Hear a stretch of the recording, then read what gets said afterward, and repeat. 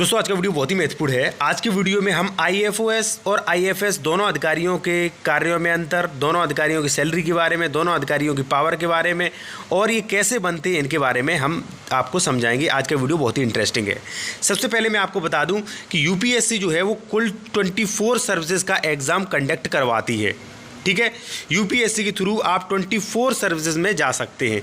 उन्हीं में से दो सर्विसेज जो हैं वो हैं आईएफओएस और आईएफएस। इनमें अधिक लोग कन्फ्यूज़न होते हैं, तो आज हम आपको बताएंगे कि इन दोनों में कौन अधिक पावरफुल होता है। तो सबसे पहले मैं आपको बता दूं कि यूपीएससी जिन 24 सर्विसेज का एग्ज़ाम कंडक्ट करवाती है उनमें 3 सर्विसेज ऐसी हैं जो ऑल इंडिया सर्विसेज हैं, यानी कि या तो उनके अधिकारी या राज्य सरकार के अधीन कार्य कर सकते हैं या केंद्र सरकार के अधीन कार्य कर सकते हैं। उनमें से वो 3 सर्विसेज हैं आईएएस, आईपीएस, आईएफओएस। अब देखिए हम आईएफओएस और आईएफएस, इंडियन फॉरेस्ट सर्विस और इंडियन फॉरेन सर्विस के बारे में बात करेंगे। दोनों में क्या अंतर होता है, इनके अधिकारियों की सेवाओं के बारे में। तो देखिए ये जो है आईएफओएस, इसे आईएफएस भी लिख सकते हैं और ये तो आईएफएस है ही, इंडियन फॉरेन सर्विस। तो दोनों में कई लोग कन्फ्यूज़न हो जाते हैं, इसीलिए कन्फ्यूज़न दूर करने के लिए आईएफओएस भी लिख सकते हैं, इंडियन फॉरेस्ट सर्विस।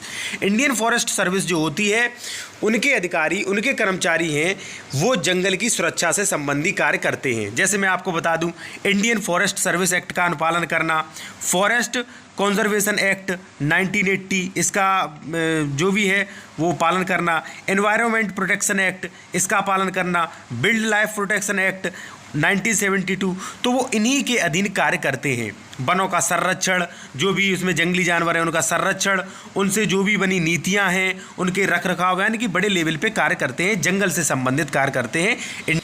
यदि अब हम बात करें आईएफएस ऑफिसर के बारे में, इंडियन फॉरेन सर्विसेज के बारे में, तो ये सर्विसेज जो होती है वो सेंट्रल सर्विसेज होती है। यानी कि जो व्यक्ति यूपीएससी क्वालिफाई करके आईएफएस ऑफिसर बन जाता है वो सारी ज़िंदगी सेंट्रल गवर्नमेंट के अधीन कार्य करता है, वो किसी राज्य गवर्नमेंट के अधीन नहीं आता, डायरेक्ट सेंट्रल गवर्नमेंट के अधीन कार्य करता है। अब बात करें इनके कार्यों के बारे में, तो जो आईएफएस ऑफिसर होते हैं इनके कार्य विदेशों में होते हैं, ये विदेशों में अपनी सेवाएँ देते हैं। विदेशों में सेवाएं क्या क्या देते हैं, सबसे पहले मैं आपको बता दूं कि ये विदेशों में भारत सरकार के, भारत की तरफ से प्रतिनिधित्व बन के जाते हैं।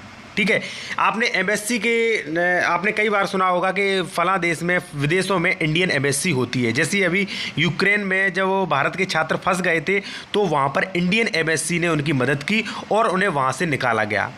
तो इंडियन एम्बेसी का प्रत्येक विदेशों में होना ज़रूरी है, वहाँ पर आईएफएस ऑफिसर ही सेवाएं देते हैं। तो ऐसे में जब भी वहाँ पर किसी भारतीय को संकट या मान लीजिए भारतीयों को किसी परेशानी का सामना करना पड़ता है तो वहाँ पे इंडियन एम्बेसी वहाँ पे सेवा देती है।